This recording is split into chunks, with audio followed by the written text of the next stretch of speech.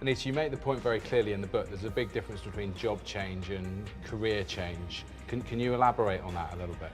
Yes, because when you're doing a job change, you know what job you're looking for.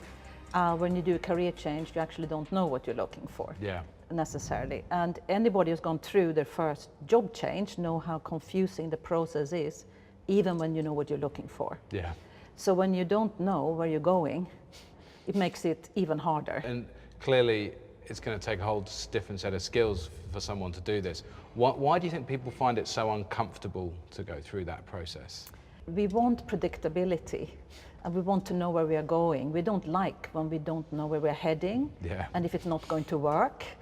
And that's just normal to human beings. And you use the concept of job crafting really nicely in the book and talk about how someone can actually work through a process which enables them to ultimately reach a place where they have more purpose in what they're doing, in whatever shape or form it may be.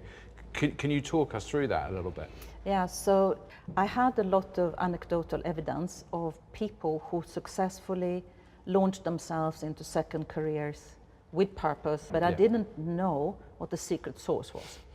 So I decided to do the research and interviewed almost 100 executives, etc.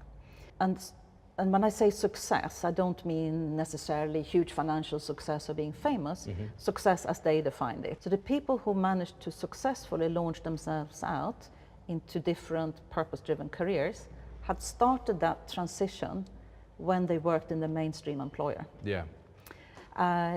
Which meant that they have managed to find, whatever they were passionate about, they found a way of fitting it inside the company's strategy.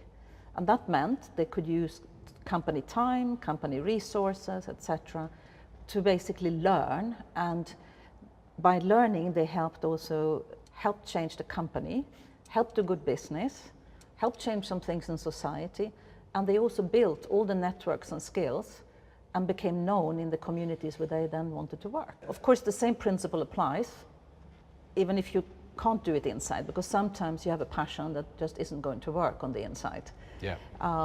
Maybe your company's not big enough, perhaps. Company's not big enough, or it might not just fit naturally in your company's strategy. And that's why then you can do the job crafting on the outside in your own time. So the principles apply whether you're inside or not. But of course, being able to do it on company time is like your own paid education, as well as doing good.